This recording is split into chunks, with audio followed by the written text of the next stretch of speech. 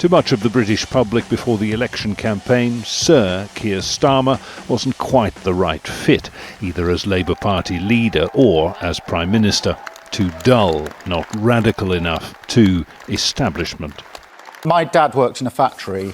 He was a toolmaker. My mum was a nurse. We didn't have a lot. A politician at pains to remind the country of his working-class roots, named after the Labour Party's first parliamentary leader, a Liberal defence lawyer with reforming instincts, later knighted for his service as Chief Public Prosecutor. At the next general election.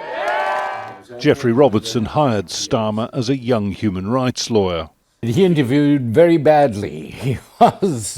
He wore a cardigan. One of my colleagues said, "We can't possibly take someone who wears cardigans." It was a role that would bring Starmer wide acclaim, holding power to account on behalf of ordinary people and culminating in his appointment as Director of Public Prosecutions.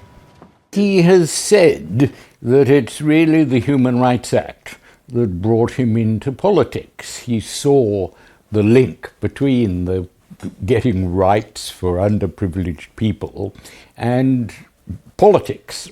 And I think that in any political decision that he will make, that he will go and be guided by the principles of human rights. A man unaccustomed to trumpeting his own achievements, there are rare glimpses of what motivates him. Yeah, I've always had this thing that if there's injustice or a wrong, the job is to fix it, not just talk about it.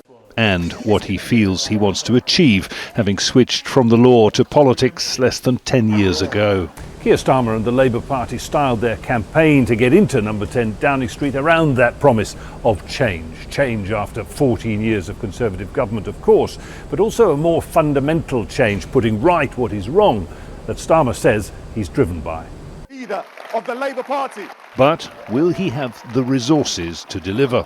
I have ambition for this country towards higher growth, an NHS back on its feet, secure borders, cheaper bills, safer streets, and opportunities for your children.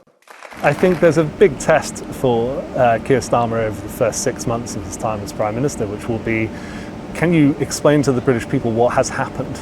And therefore what that means for the next 2 years, next 3-4 years. Will the UK economy grow? Will there be sufficient resources for a Labour government to spend?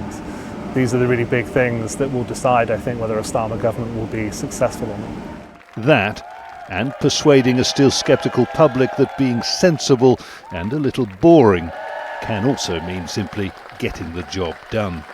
Jonah, Al Jazeera, London. Make sure to subscribe to our channel to get the latest news from Al Jazeera.